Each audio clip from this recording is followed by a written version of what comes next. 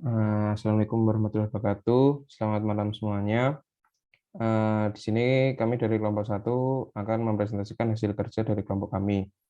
Sebelumnya, terima kasih kepada Profesor Dr. Insinyur Komaratus Solihah, HMD HIP STMKes IPU, yang telah menjadi dosen pengampu pada mata kuliah etika profesi. Selanjutnya, untuk judul yang akan kami presentasikan pada malam hari ini, yaitu ada peran organisasi profesi dalam meningkatkan kualitas profesional pada kasus baik Nuril. Juga terima kasih juga kepada Rektor UB, selanjutnya ada Dekan FT, yang selanjutnya ada Wakil Dekan 1, Wakil Dekan 2, dan Wakil Dekan 3 FTUB, dan kami juga berterima kasih kepada Kepala Jurusan Teknik Industri FTUB dan dosen pengampu mata kuliah etika profesi. Next. Sebelumnya, perkenalkan, nama saya Reza Setia Pratama. Mungkin bisa dilanjutkan oleh teman saya. Kemudian ada saya, Andi Fani Ardani. Lalu ada saya, Marisa Piranisa.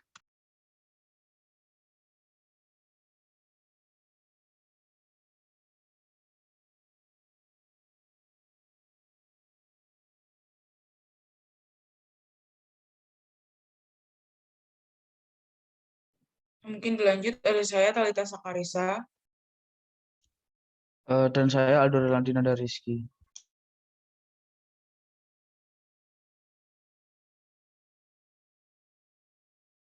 Mungkin untuk online yang akan kami bahas, yang pertama ada pendahuluan, selanjutnya ada tinjauan pustaka, selanjutnya ada metodologi penelitian, yang keempat ada hasil dan pembahasan, dan yang terakhir ada kesimpulan dan saran.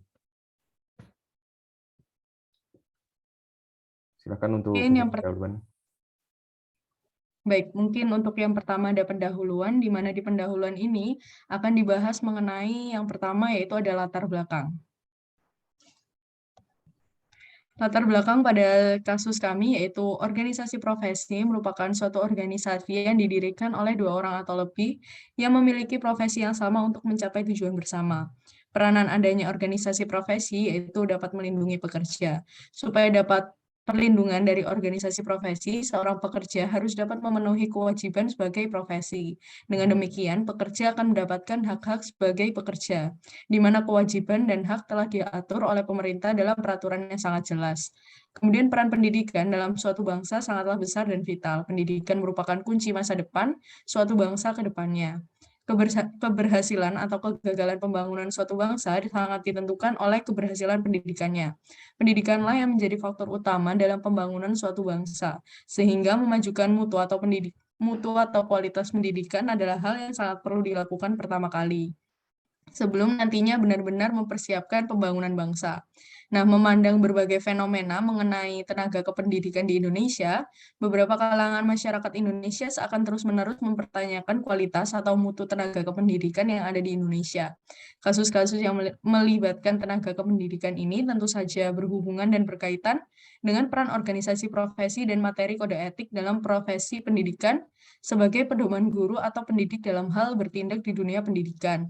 Diharapkan hasil penelitian ini dapat bermanfaat sebagai refleksi para tenaga kependidikan guna meningkatkan mutu etika profesinya, serta yang lebih penting bisa menjadi pembelajaran agar kasus yang sama tidak terulang lagi untuk kesekian kalinya. Selanjutnya yaitu ada identifikasi masalah. Nah, dari latar belakang yang sudah diuraikan tadi, dapat diidentifikasikan masalah yang akan dibahas sebagai berikut. Yang pertama yaitu penurunan kualitas etika profesi di instansi pendidikan, dan yang kedua yaitu peran organisasi profesi yang diperlukan untuk peningkatan kualitas pada instansi pendidikan. Kemudian untuk rumusan masalah sesuai dengan latar belakang dan identifikasi masalah yang telah saya uraikan, didapatkan rumusan masalah sebagai berikut. Yang pertama itu bagaimana cara meningkatkan kualitas etika profesi di instansi pendidikan, dan bagaimana peran organisasi profesi dalam peningkatan kualitas etika profesi di instansi pendidikan. Kemudian untuk tujuan, di sini tujuan yang ingin dicapai oleh kelompok kami yaitu ada yang pertama, mengetahui cara meningkatkan kualitas etika profesi di instansi pendidikan, Dan yang kedua yaitu mengetahui peran organisasi profesi dalam peningkatan kualitas etika profesi di instansi pendidikan. Selanjutnya di sini ada tinjauan pustaka. Untuk tinjauan pustaka dibagi menjadi dua. Yang pertama ada tinjauan pustaka secara empiris. Untuk tinjauan pustaka secara empiris, kami menggunakan 3 referensi jurnal. Yang pertama ada pengaruh antara peran organisasi profesi keguruan atau PGRI terhadap peningkatan kompetensi guru IPS di Kecamatan Likung, Kabupaten Majalengka. Next. Untuk tinjauan empiris yang kedua, ada peranan Persatuan Guru Republik Indonesia atau PGRI dalam upaya meningkatkan profesionalisme guru. Untuk tinjauan empiris yang ketiga, kita menggunakan pengembangan profesi guru dalam meningkatkan kinerja professional development of teachers in improving the performance of teacher. Selanjutnya ada tinjauan secara teoritis. Yang pertama yakni organisasi. Secara konseptual sendiri terdapat 2 pengertian yang berbeda untuk istilah organisasi, yakni yang pertama sebagai kata benda atau wadah sekelompok orang untuk mencapai tujuan bersama, dan organisasi sebagai kata kerja, yakni suatu proses dan serangkaian aktivitas yang dilakukan secara sistematis sebagai bagian dari upaya membangun dan mengembangkan organisasi atau sebagai salah satu fondasi manajemen. Selanjutnya ada profesi. Menurut Prakoso pada tahun 2015, profesi adalah sebutan atau jabatan di mana orang yang menyandangnya memiliki pengetahuan khusus yang diperoleh melalui training atau pengalaman lain atau bahkan diperoleh melalui keduanya, sehingga dapat membimbing atau memberi nasihat atau saran dan juga melayani orang lain dalam bidangnya sendiri.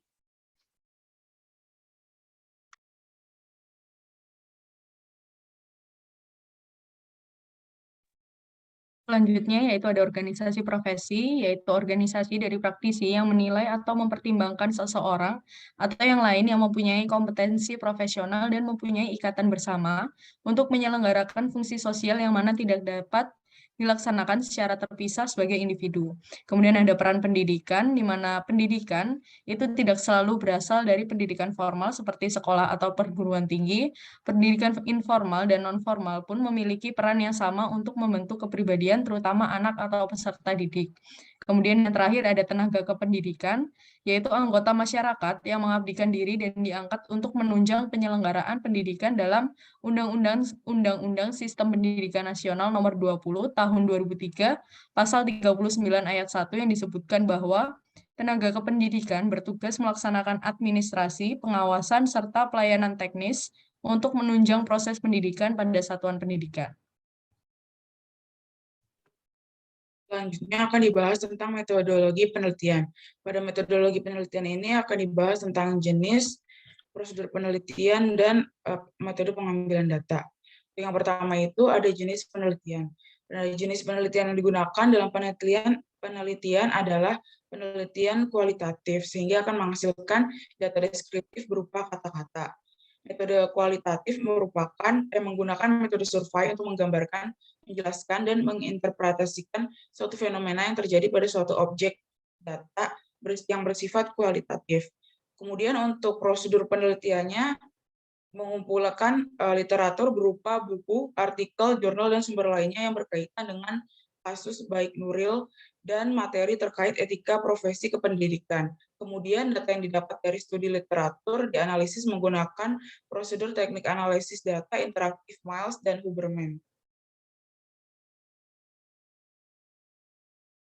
Selanjutnya untuk metode pengumpulan data digunakan studi literatur atau studi kepustakaan. Menurut Darmandi, studi kepustakaan merupakan penelitian yang bertujuan untuk mencari dasar pijakan atau fondasi untuk memperoleh dan membangun landasan teori, kerangka berpikir, dan menentukan hipotesis. Peneliti mengumpulkan, membaca, dan menganalisis berbagai sumber yang berkaitan dengan kasus baik Nuril dan materi terkait etika profesi kependidikan. Sumber yang dikumpulkan berupa buku, artikel, jurnal, dan sumber lainnya. Ini selanjutnya ada hasil dan pembahasan.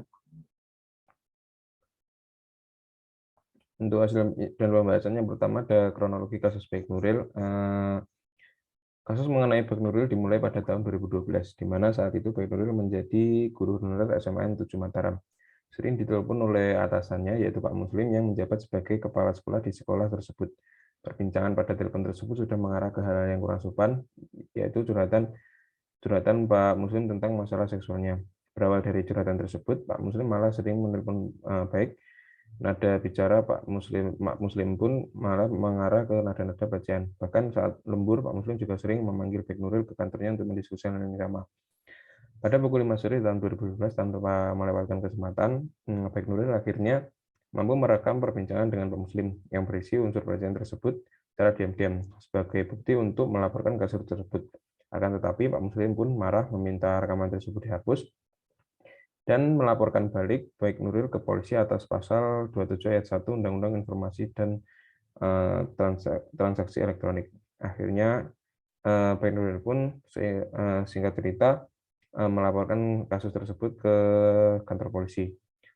Tetapi untuk laporan tersebut dilakukan Baik Nuril secara 2 kali.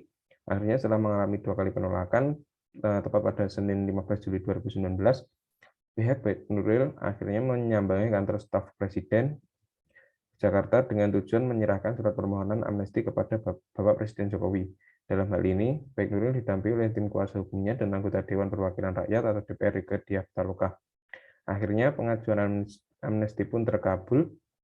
Penekanan oleh Presiden Jokowi terhadap keputusan Presiden amnesti menjadi ujung cerita dari kasus Baik Nuril tersebut. Mungkin di sini ada etika yang berkaitan dengan kasus Baik Nuril. Mungkin karena Baik Nuril merupakan profesi di ranah keguruan, ada kode etik guru Indonesia. Yang pertama ada guru berbakti secara memberikan bimbingan kepada peserta didik untuk dibentuk menjadi manusia berjiwa Pancasila. Yang selanjutnya ada guru berlaku jujur secara profesional.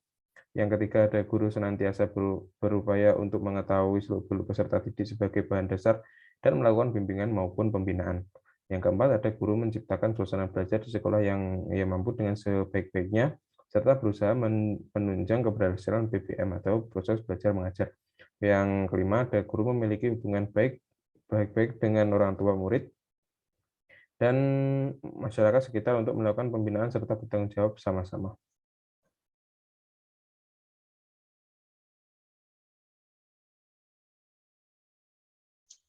Untuk hasil dan pembahasan yang selanjutnya adalah pembelajaran yang mungkin dapat diambil dari kasus Baik Nuril ini sendiri. Dapat diketahui bahwa ada beberapa nilai dan kode etik profesi kependidikan yang telah dilanggar. Yang pertama, untuk tujuan kode etik profesi seperti mengangkat citra positif, mutu dan kesejahteraan profesi, serta organisasi profesinya sudah dilanggar dalam kasus ini. Kasus ini seakan sudah merusak citra positif dan mutu profesi, terutama profesi keguruan secara khususnya. Kedua, tentang kode etik profesi guru. Kode etik guru yang pada umumnya berfungsi sebagai landasan moral dan tingkah laku dalam melaksanakan tugas juga sudah diajukan di dalam kasus ini. Perilaku Pak Muslim terhadap Baik Nuril sudah mencerminkan hilangnya teladan dan pedoman moral yang dimiliki oleh seorang guru dan telah mencemari organisasi-organisasi yang berkaitan dengan guru. Adapun beberapa organisasi guru yang berada di Indonesia, yang pertama ada PGRI, yaitu Persatuan Guru Republik Indonesia, yang kedua IGI, Ikatan Guru Indonesia, yang ketiga PSGI, Persatuan Guru Seluruh Indonesia, yang keempat FSGI, Federasi Serikat Guru Indonesia, ada Pergumapi, Perkumpulan Guru Madrasah Penulis, dan yang keenam adalah PGM Indonesia, Perkumpulan Guru Madrasah Indonesia.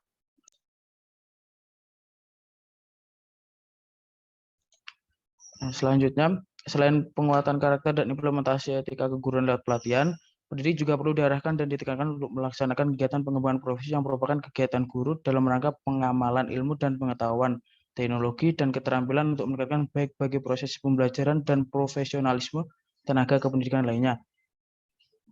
Berikut jenis kegiatan yang dapat dilakukan oleh pendidik untuk pengembangan profesinya. Yang pertama adalah mengadakan penelitian di bidang pendidikan sebagai bukti seorang akademisi. Yang kedua, menemukan teknologi sebagai pendorong dunia pendidikan. Yang ketiga, membuat alat pelajaran atau peraga untuk bimbingan. Yang keempat, menciptakan karya tulis. Yang kelima, mengikuti perkembangan kurikulum. Dengan saran-saran yang ada di atas, diharapkan antar tenaga kerja kependidikan dapat bekerja sama secara lebih produktif dan mampu meningkatkan kemampuan kerjanya. Sehingga juga sudah melaksanakan saran-saran yang ada di atas, sikap atau kebiasaan guru-guru atau kepala sekolah yang melanggar etika profesi dapat ditekan dan diarahkan untuk kegiatan yang lebih positif. Selanjutnya ada kesimpulan dan saran dari kasus tersebut. Yang pertama, untuk kesimpulannya sendiri, kasus Baik Nuril yakni salah satu contoh kasus yang terjadi akibat kurangnya kepatuhan tenaga pendidik mengenai kode etik profesi keguruan, sehingga tindakan yang di luar tanggung jawab kerjanya yang melanggar nilai moral tidak patut dilakukan seperti dugaan pelecehan seksual secara verbal itu dapat terjadi. Selanjutnya, kasus tersebut juga menjadi pembelajaran yang sangat penting sebagai pedoman dan acuan dalam memastikan serta menekankan guru atau tenaga pendidik lain agar memahami dan menaati secara sungguh-sungguh etika profesi kependidikan yang sudah ditetapkan. Selain itu, untuk kepala sekolah sendiri lebih ditekankan kewajibannya sebagai panutan dari warga di sekolah tersebut. Dengan begitu, hal ini dirasa bisa mencegah kasus yang sama agar tidak terulang lagi. Selanjutnya, untuk sarannya sendiri, yakni Mahkamah Agung seharusnya bertindak dengan rasa keadilan dalam memeriksa, mengadili, serta memutuskan perkara yang terkait dan memperhatikan peraturan Mahkamah Agung atau Perma nomor 3 tahun 2017 tentang pedoman mengadili perkara perempuan berhadapan dengan hukum, di mana putusan yang dijatuhkan sesuai dengan rasa keadilan dalam masyarakat maupun memperhatikan harkat martabat manusia khususnya perempuan. Mungkin cukup sekian presentasi dari kelompok kami. Apabila ada salah kata, kami mohon maaf. Wassalamualaikum warahmatullahi wabarakatuh.